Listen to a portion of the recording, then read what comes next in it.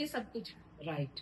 तो उनकी सपोर्ट जब यानी आपकी अम्मी ने कभी डिस्करेज नहीं किया, नहीं इनकरेज ही करती रही है।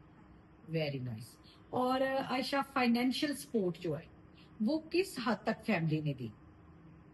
फाइनेंशियली तो सारा काम मैंने खुद किया है। मैंने स्टार्टिंग से ही ऑनलाइन काम करना स्टार्ट किया था, वहां से मैंने 50,000 कमाया था, तो वहां से फिर मैं आगे लेके जा रही हूँ। ओके। तो बाकी मॉरल सपोर्ट है, मदर की भी है, मेरी फ्रेंड की भी है, बहुत ज्यादा। राइट। अगर ये ना होते तो शायद मैं आज यहाँ ना होती। ओके।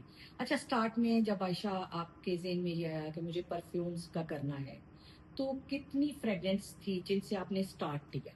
स्टार्ट मैंने 5 से लिया था। ओके। और फिर उसके बाद जब मिड में आई तो मैंने 13 पे आई। फिर उसके बाद अब जो है वो 25 तक मैं कर रही हूँ। और अगर कस्टमर आता है कि हमें ये परफ्यूम चाहिए, ये परफ्यूम चाहिए, तो मैं बना के दे देती हूँ। ओके, यानी कस्टमाइज्ड भी करती हैं? हाँ जी। Very nice, very nice. अच्छा, मैं एक चीज पूछना चाहूंगी कि आप कैसे डिसाइड करते हैं कि ये फ्रेग्रेंस मार्केट में ज्यादा चलेगी?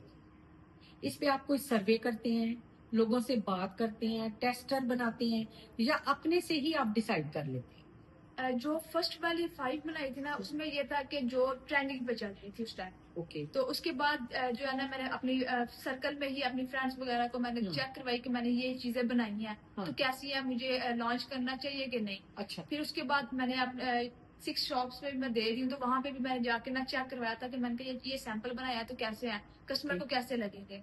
तो वो उन्होंने कहा था कि बड़े बेहतरीन है। तो फिर वहां से भी मैंने थोड़ा स्टार्ट किया कि 35 पे मैं आई, और कस्टमर मेरा अल्हम्दुलिल्लाह अभी तक एक कस्टमर भी ऐसा नहीं है जो मुतमिन ना हो। मुतमिन ना। और आयशा, इनको लॉन्ग लास्टिंग बनाने के लिए कितनी मेहनत आपको करनी पड़ी? क्योंकि नॉर्मली हम अगर एक कॉपी परफ्यूम लेके आते हैं तो वो घंटे डेढ़ से नहीं चलता, ज्यादा नहीं चलता। लेकिन आपकी परफ्यूम्स का जो मेरा सर्वे है वो अच्छा टाइम दे रही है। तो थोड़ी सी आप उस पे वो रोशनी डालेंगी कि वो कितनी मेहनत थी, क्या था जिसने इस चीज को लोगों के लिए पसंदीदा बना दिया? उसमें ये होता है कि आपको जो है ना, इसके अंदर कुछ चीजें डालनी होती हैं, फिक्सेटिव वगैरह इसमें काफी ज्यादा डालने होते हैं। वो आपको मिकदार का पता होगा, क्योंकि वो लाइक ग्रामों के हिसाब से नहीं होता, वो ड्रॉप्स के लिहाज से होता है। तो वो सीखने वाली चीजें हैं। वो बहुत ज्यादा सीखने वाली चीजें हैं। उसमें डिप्लोमा वगैरह वो मैंने किया प्रॉपर, मुझे वहां से चीजें पता चली हैं। वहां से फिर मैंने सीखा और सारा कुछ किया। यानी बाकायदा आपने इसकी एजुकेशन ली है? हाँ जी। Very nice. अच्छा, ये जो परफ्यूम मेकिंग है, आपने डिप्लोमा कर लिया, आपको समझ आ गई, तो क्या इसके लिए हमें किसी जो मैकेनिकल मशीन्स हैं उनकी जरूरत है? कोई कंप्यूटराइज्ड मशीनें हैं, या मशीन के बावजूद मैनुअली ही आपको डिसाइड करना पड़ता है कि मैं ये खुशबू बनाने वाली हूँ, मैं इस परफ्यूम को इस नहज पे लेके जाऊंगी, कि वो तेज हो, लाइट हो, वो लेडीज की हो या जेंट्स की हो? इसमें ये होता है कि जो मशीनरी होती है ना, वो आपको स्टार्टिंग पे है, लाइक अगर आप 3-4 बना रहे हो तो आपको इतना नहीं होता। और जब आप थोड़ा बड़े वाले लेवल पे जाते हो तो आपको मशीनरी लाजमी होती है। उसमें ये होता है कि हर चीज के लिए, फिलिंग के लिए, पैकिंग के लिए, फिर उसके बाद बॉर्डर्स को बंद करने के लिए, हर चीज के लिए एक अलग अलग मशीन होती है। फिर इवन लास्ट स्टेज आती है जब आप बॉक्स को पैक कर रहे होते हो, तो उसके लिए भी एक अलग मशीन होती है।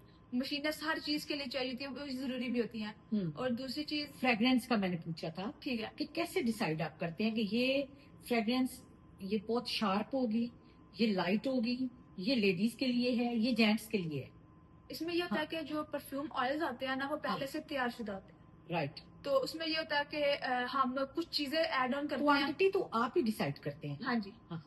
उसमें ये होता है कुछ चीजें ऐड ऑन करते हैं वो कस्टमर के मुताबिक, कि इस मतलब फीमेल को क्या चीज ज्यादा पसंद आएगी, मेल को क्या चीज ज्यादा मैं यही मैं पूछना चाह रही थी कि आपको ये आप अपनी एक सेंस के साथ कि भाई ये लेडीज पे अच्छी रहेगी परफ्यूम, या ये फॉर मेन है, ये तो आपका बिल्कुल पर्सनल है ना? हाँ जी। कि आप वो डिसाइड करते हैं। तो हाउ टू डिसाइड?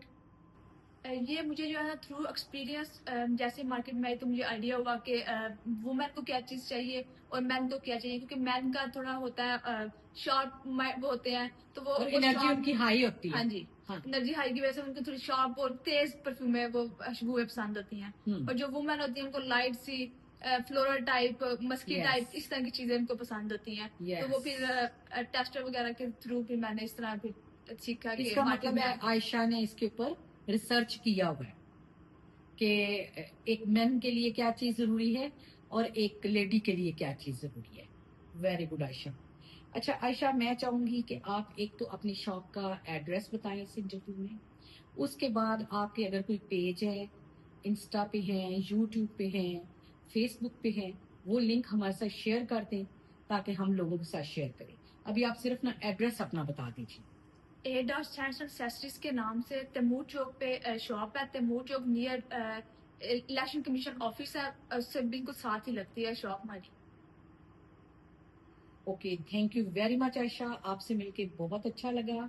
और मैं और बच्चियों से भी ये रिक्वेस्ट करूंगी कि आपने अगर कोई अपना नया बिजनेस स्टार्ट किया है, आप लेडीज क्लब तशरीफ लाएं, हम आपको फ्री ऑफ कॉस्ट पब्लिसिटी देंगे, आपको लोगों के साथ बात करने का मौका देंगे और आपके बिजनेस को प्रमोट करेंगे।